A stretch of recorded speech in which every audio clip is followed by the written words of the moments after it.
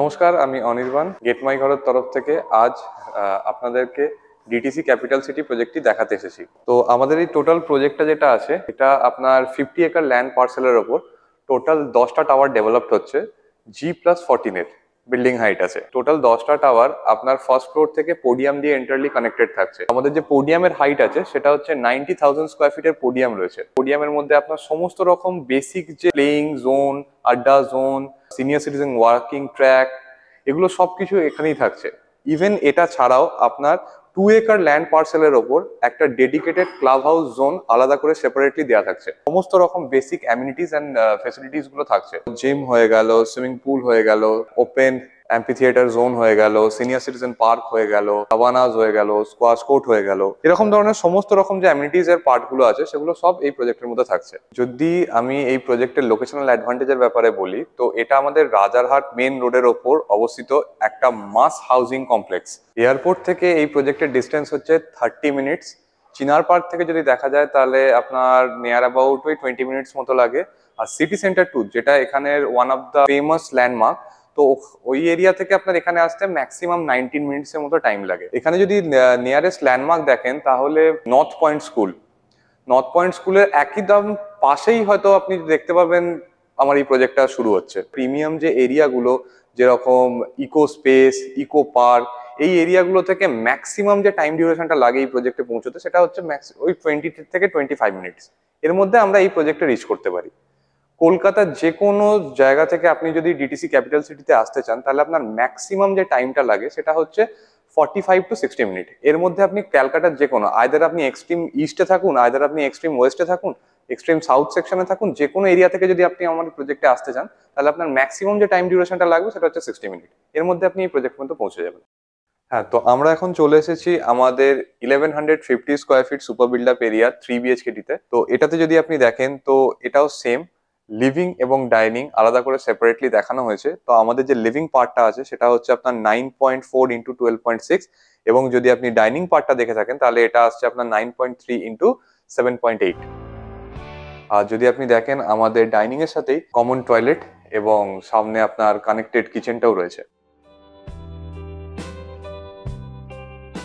তো আমরা এখন দাঁড়িয়ে আছি আমাদের কমন টয়লেটটিতে 3 BHK। তো এটা আপনার ওই ধরুন 7.3 ইন্টু 5। তো এখানেও সেম আপনার ওয়েট এরিয়া এবং ড্রাই এরিয়া আলাদা করা রয়েছে। এটা আপনার লিভিং এবং ডাইনিং এর সাথে অ্যাটাচ রয়েছে।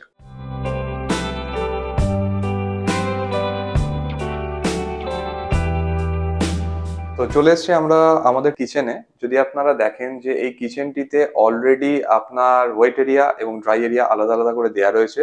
ইভেন এটার সাথে আপনার আলাদা করে আপনার ফ্রিজ রাখার একটা জায়গা প্রভিশন দেওয়া রয়েছে।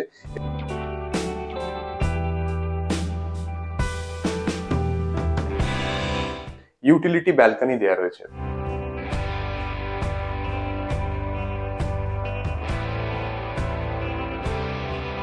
তো আমরা এখন দাঁড়িয়ে আছি আমাদের লিভিং কাম ডাইনিং এর সাথে যে অ্যাটাচ ব্যালকনিটা ছিল সেখানে। তো আমাদের যে লিভিং কাম ডাইনিং এর সাথে অ্যাটাচ ব্যালকনিটি রয়েছে, তো এটা যদি আমি আপনাদেরকে সাইজ বলি তাহলে এটা আপনার 9x4 মতো আসবে। তো আপনি যদি দেখেন যে এই যে ব্যালকনিটির সাথে আপনার টোটাল যে পোডিয়াম এরিয়াটা এটা এন্টারলি কানেক্টেড থাকছে কিছু কিছু ফ্ল্যাটের সাথে। তো আর কিছু কিছু ফ্ল্যাটসের সাথে আপনার মেন রোডের দিকে ভিউ থাকছে।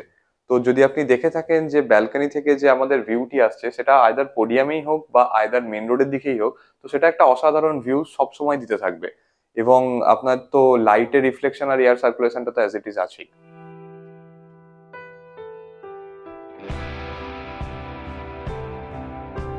তো আমরা এখন দাঁড়িয়ে আছি আমাদের 3 BHK এর প্রথম বেডরুমটিতে।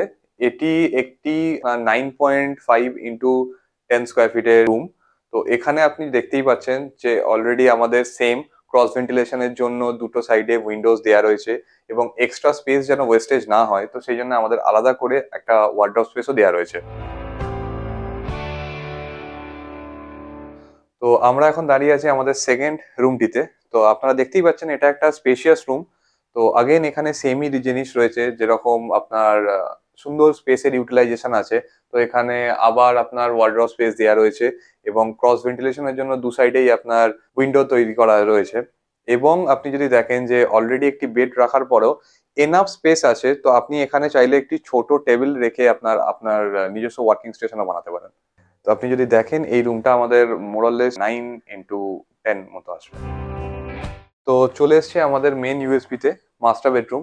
তো আপনারা যদি দেখেন আমাদের মাস্টার বেডরুমটির সাথে একটা অ্যাটাচড ব্যালকনি রয়েছে, যেটা একটা হিউজ সাইজের ব্যালকনি, এবং এটার সাথে আগেন আপনার একটা অ্যাটাচ টয়লেট রয়েছে। মাস্টার বেডরুমেরও যদি দেখে থাকেন যে খুব সুন্দর স্পেস ইউটিলাইজেশন, এখানে যে ওয়ার্ড্রপ স্পেসটা দেওয়া রয়েছে সেটা যথেষ্ট বড় অন্যান্য রুমগুলোর তুলনায়, এবং এখানে একটা বেড রাখার পরেও এতটা স্পেস রয়েছে যে আপনি আবার এখানে আপনার আরেকটা ওয়ার্ড্রপ বা এরম ধরনের কিছু আর একটা আপনি এখানে ফিল করতে পারবেন। মাস্টার বেডরুমটা আমাদের 10x11.6।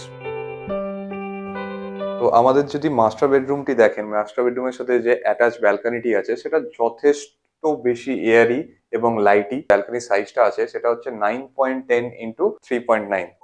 আগেন আমরা মাস্টার বেডরুমের সাথে যে টয়লেটটি আছে তো সেখানে দাঁড়িয়ে আছি। তো এটা আপনার ওই 5x7 মতো আসবে। তো এখানেও সেম, আপনার ড্রাই এরিয়া আর ওয়েট এরিয়াটাকে আলাদা করা রয়েছে, এবং সমস্ত রকম যে ফিট আউট গুলো সেখানে এগুলো এখানে প্রোভাইড করা হয়েছে, এবং অ্যান্টিস্কেটেড টাইলস অ্যান্ড অল এগুলো তো থাকছেই। যদি আপনাদের আমাদের এই প্রজেক্টটি ভালো লেগে থাকে তাহলে আমাদের ইউটিউব চ্যানেলটিকে লাইক, শেয়ার অ্যান্ড সাবস্ক্রাইব করবেন, এবং নিচে থাকা বেল আইটি একবার দাবিয়ে দেবেন। যদি আপনাদের এই প্রজেক্টের ব্যাপারে আরো কিছু ডিটেল তথ্য দরকার থাকে তাহলে নিচে দেওয়া যে ফোন নাম্বারটি আছে এখানে আপনারা আমাদের সাথে যোগাযোগ করতে পারেন।